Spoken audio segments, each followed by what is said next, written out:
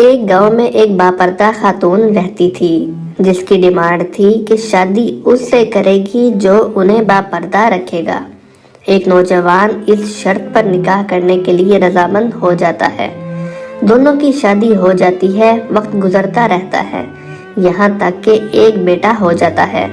ایک دن شوہر کہتا ہے کہ میں سارا دن کھیتوں میں کام کرتا ہوں، کھانے کے لیے مجھے گھر آنا پڑتا ہے جس سے وقت ضائع ہوتا ہے، تم مجھے کھانا کھیتوں میں پہنچا دیا کرو۔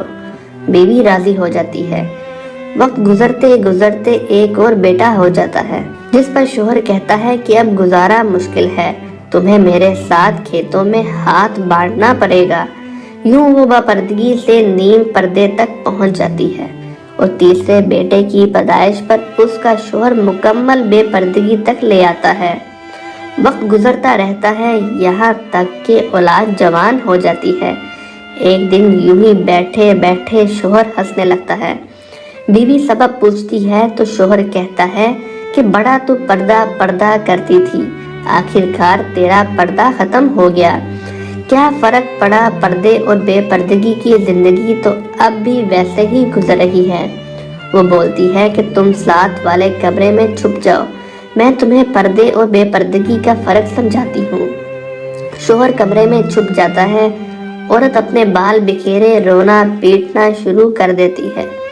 پہلے بڑا بیٹا آتا ہے، رونے کا سبب پوچھتا ہے، کہتی ہے تیرے باپ نے مارا ہے۔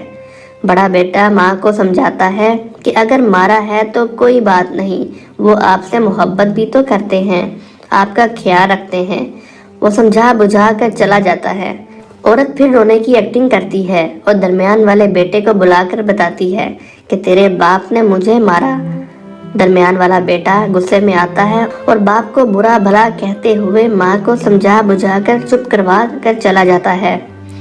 آخرکار عورت یہی ڈرامہ چھوٹے بیٹے کے سامنے کرتی ہے۔ چھوٹا بیٹا تو غصے سے آگ بگولا ہو جاتا ہے اور زور زور سے گالیاں بکتے ہوئے ڈنڈا اٹھاتا ہے اور کہتا ہے کہ ابھی باپ کی خبر لیتا ہوں۔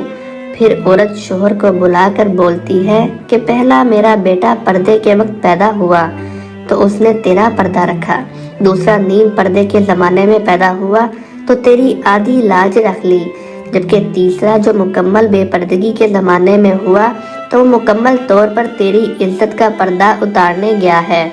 حاصل کلام، پردہ عورت کا فطری تقاضا ہے جو خالق مرد وزن کی طرف سے قاعدہ بھی ہے۔ اللہ ہم سب کا حامی و ناصر ہو۔